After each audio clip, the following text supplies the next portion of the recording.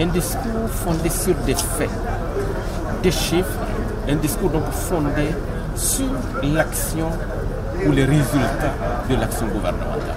Il a insisté beaucoup sur les réformes en rapport avec les finances publiques, les réformes en rapport avec la gestion de l'administration publique, les réformes en rapport avec le système partisan et tout ce qui a été fait, dont nous avons les effets des premières, nous aurons les effets peut-être des secondes plus tard.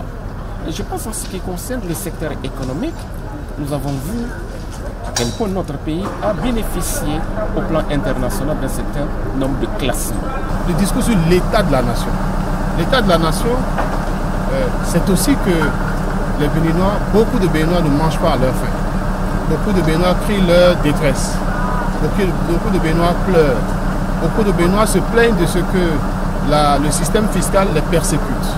Beaucoup de Béninois remarquent et font noter qu'ils sont perturbés dans leur activité économique. Beaucoup de Béninois se plaignent de ce qu'ils n'ont pas les moyens de faire face aux besoins en santé. Beaucoup de Béninois se plaignent de l'insécurité. Le chef de l'État a commencé son discours par le volet sécuritaire, où il a trouvé que tout va bien, que tout est beau, sous un ciel brillant, oubliant que chaque jour que Dieu fait, les Béninois font objet de braquage. Ils sont persécutés, ils sont charcutés, leurs motos leur sont arrachées.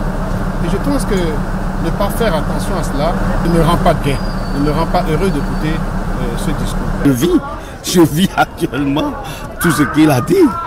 Et comme on le dit souvent, c'est le troisième discours, je crois, c'est le troisième message sur l'état de la nation, du chef de l'État. Et ça fait toujours un grand plaisir que nous l'écoutons.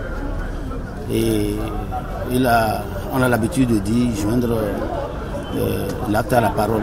Mais ici, il a essayé de joindre la parole à l'acte. Parce que les actes sont déjà posés.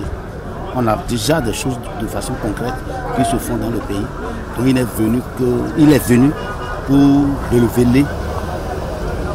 relayer ce qui se fait et ensuite ce qui est en chantier dans le pipeline pour être révélé très bientôt.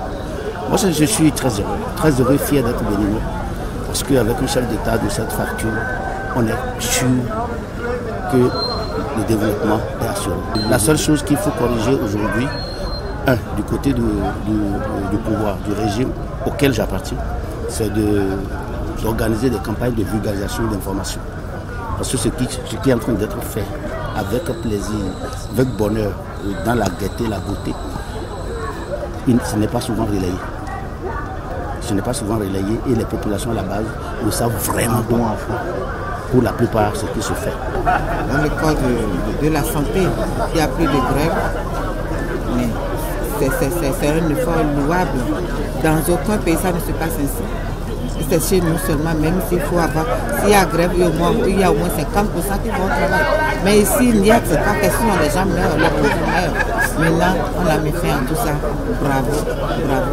Notre République doit avancer et nous devons avancer avec ce monsieur à travers ces réformes.